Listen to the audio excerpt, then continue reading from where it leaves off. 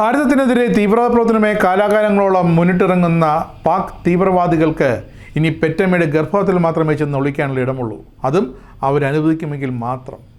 കാരണം എന്താണ്? ഇറാനിൽ അമേരിക്കൻ വ്യോമസേന മാസങ്ങൾക്ക് മുമ്പ് തകർത്തെറിഞ്ഞ ബങ്കർ ബസ്റ്റർ ബോംബുകൾ ഇതാ ഇന്ത്യക്കും സ്വന്തമാക്കാൻ പോകുന്നു. അവരറിയണം, ഇന്ത്യക്കും ഇനി ഇത്തരം ബങ്കറുകൾ തകർക്കാൻ പറ്റുന്ന ആയുധങ്ങളുണ്ടെന്നും നിങ്ങളുടെ തീവ്രവാദ കേന്ദ്രങ്ങൾ ഇനി ഒട്ടും സുരക്ഷിതമല്ലെന്നും.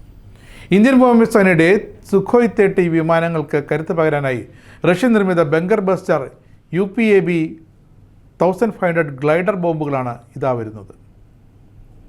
Universal gliding aerial bomb.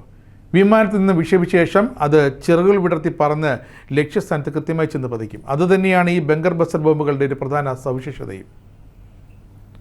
ഏതാണ്ട് 10 മീറ്റർ മാത്രം കൃത്യതയോടെ 10 മീറ്റർ അകലത്തിൽ കൃത്യതയോടെ ചെന്ന് പതിക്കാൻ കഴിവുള്ളതാണ് ഈ ബോംബുകൾ.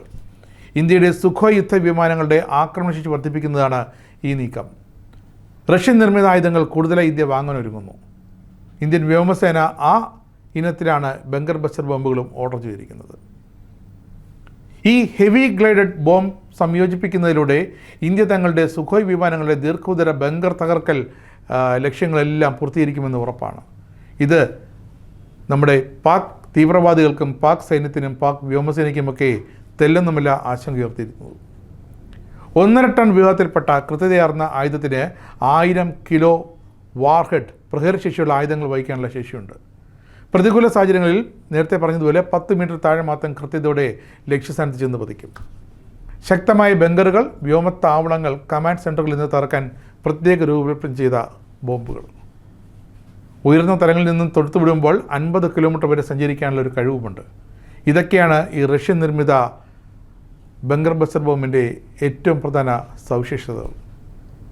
ശത്രുവിൻ്റെ വ്യോമ മേഖലയിൽ പ്രവേശിക്കാതെ തന്നെ പുറത്തു നിന്നും ആക്രമണം നടത്താൻ തക്കതായ ബോംബുകൾ. ഇന്ത്യ കാത്തിരുന്നതും ഇത്തരം ബോംബുകൾ തന്നെയാണ്. ഇത്തരം ബോംബുകളാണ് അമേരിക്ക തങ്ങളുടെ ബങ്കർ ബസ്റ്റർ വിമാനങ്ങൾ വഴി ഇറാനിൽ തുരുതുരയിട്ടതും.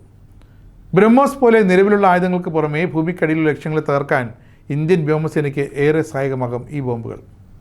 കഴിഞ്ഞ ദിവസം US vice president JD Vance Iran സന്ധി സംഭാഷണം നടന്ന പാകിസ്ഥാനിൽ വന്നിറങ്ങിയ ആ നുർഖാൻ വ്യോമത്താവളത്തിൻ്റെ അവസ്ഥ നാം ഏവരും ലോകമെമ്പാടും കണ്ടതാണ്. വിമാനത്താവളത്തിൽ മൊത്തം ഇന്ത്യൻ വ്യോമസേന നൽകിയ സിന്ദൂര തിലകം തകർത്തെറിഞ്ഞിരിക്കുന്നു. അതിൻ്റെ പാച്ച് വർക്ക് നിർമ്മാണ പ്രവർത്തനങ്ങൾ ഇപ്പോഴും പുരോഗമിക്കുന്നതേ ഉള്ളൂ.